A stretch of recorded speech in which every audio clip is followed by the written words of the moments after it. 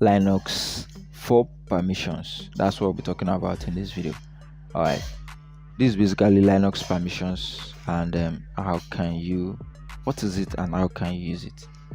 Linux, everything in Linux is regarded as a file, and this file have permissions. The permissions is what indicates the person that can access the file or the group of users that can access this file. And there are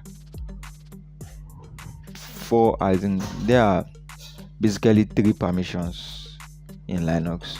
We have the read, we have the write, and we have the executable.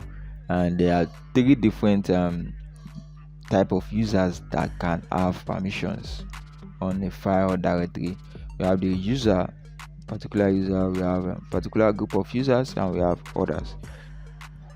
And then something else that we can call the fourth or Linux for permissions, that make it Linux for permissions, is probably the first digit that stands before these permissions, and this is used to indicate the type of file what you are dealing with. Is a directory, is a regular file, and so on. So we are going to go over everything now. So let's just list out including details of this.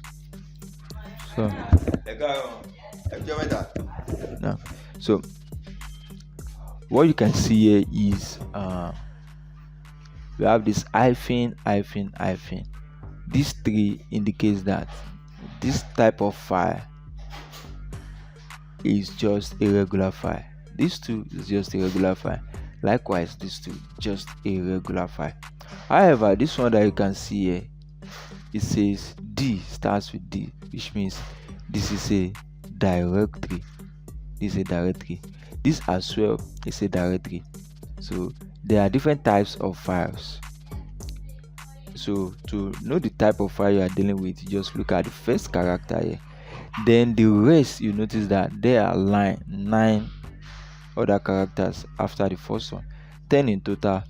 The first one indicates the type of file it is.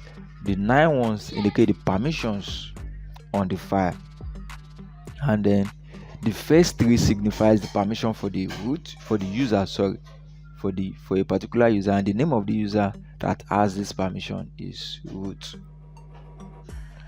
Another one is followed by the next 3. The next 3 indicates the permission available for the group, and what's the name of the group? In this case, root.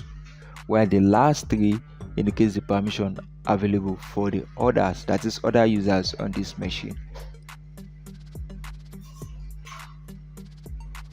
So in this case, for these first 2 files, the root user can read and write into it, but cannot execute, while every other person cannot even read or write into it. Similar for this, but this particular file, it shows that the root user can read, write, but cannot execute. Execute means to run it. We are going to talk more about that.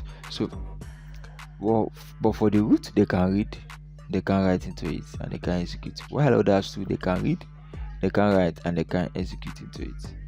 But this one here, which is a folder, the root user can read, write, and execute.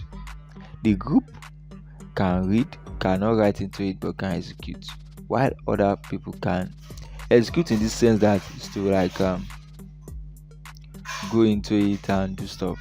So in this case as well, other users can read and can execute, but they can't write into it. That is permission. Then how can you modify these permissions? Let's say I want to modify the permission on this redirect.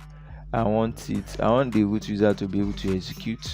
So what I'm going to do is to use the command chmod,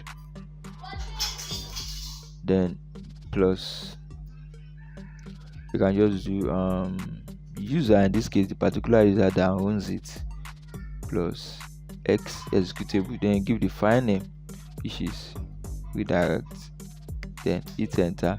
Then if I should run the last command, you see now it has x, which shows that the executable command and permission has been given to this file.